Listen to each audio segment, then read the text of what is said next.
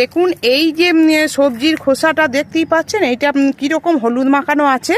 তাহলে এইভাবে যদি দিয়ে দেন তাহলে তো কোনো পোকামাকড়ও হবে না, কোনো কিছু না। এর মধ্যে এই সবজি খোসাটা দেওয়ার পর বন্ধুরা আপনারা একটু গোবর সার বা ভার্মি কম্পোস্ট ওর মধ্যে ছিটিয়ে দিতে পারেন। এইভাবে আমি দিয়ে দেবো।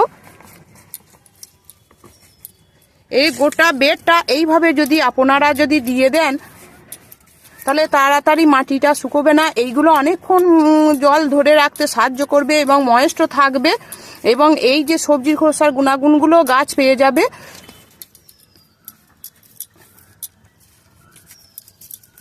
আমি আমার বাগানে এই গরমের সময় আমি এই রকম টিপসটা প্রয়োগ করে আমি অনেক উপকার পেয়েছি। আপনারা করতে পারেন। এর পরিবর্তে তো অনেক টিপস আছে বন্ধুরা, কোকোপিট দিতে পারেন এবং শুকনো পাতা দিতে পারেন। তবে আমার এটা অনেকটা কাজ সাশ্রয় হয়, কারণ এর মধ্যে যে পুষ্টি গুণগুলো আছে আমাকে সহজে এখন অনেক দিন